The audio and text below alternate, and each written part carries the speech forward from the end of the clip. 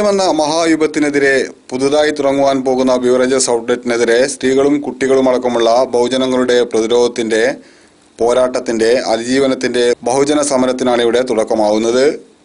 ദേശീയ പാതകളിൽ നിന്നും ബിവറേജസ് ഔട്ട്ലെറ്റുകൾ മാറ്റിസ്ഥാപിക്കണമെന്ന കോടതി വിധിയുടെ പശ്ചാത്തലത്തിലാണ് കുന്നമംഗലത്തെ ബിവറേജസ് ഔട്ട്ലെറ്റ് മാറ്റിസ്ഥാപിക്കുവാൻ അധികൃതർ നടപടി തുടങ്ങിയത്.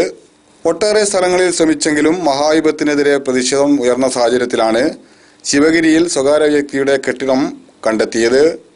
അപകടം മണത്തറിഞ്ഞ റെസിഡൻസ് അസോസിയേഷനുകളും രാഷ്ട്രീയ കക്ഷികളും കുടുംബശ്രീ പ്രവർത്തകർ, കുട്ടികൾ ഇവരെല്ലാം ചേർന്ന് കനത്ത പ്രതിരോധം തീർത്തു കഴിഞ്ഞു.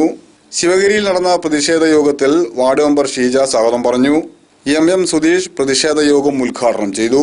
നിങ്ങളുടെ വീടുകളുടെ എല്ലാവരുടെയും സമാധാന അന്തരീക്ഷം ഒരു തരത്തിലും തകർക്കാൻ ആരെയും നമ്മൾ അനുവദിക്കില്ല.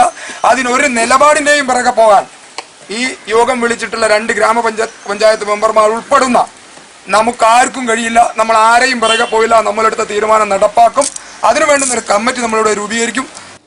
വരും ദിവസങ്ങളിൽ ശക്തമായ പ്രതിരോധം തീർക്കുമെന്ന് സമരസമിതി പറഞ്ഞു.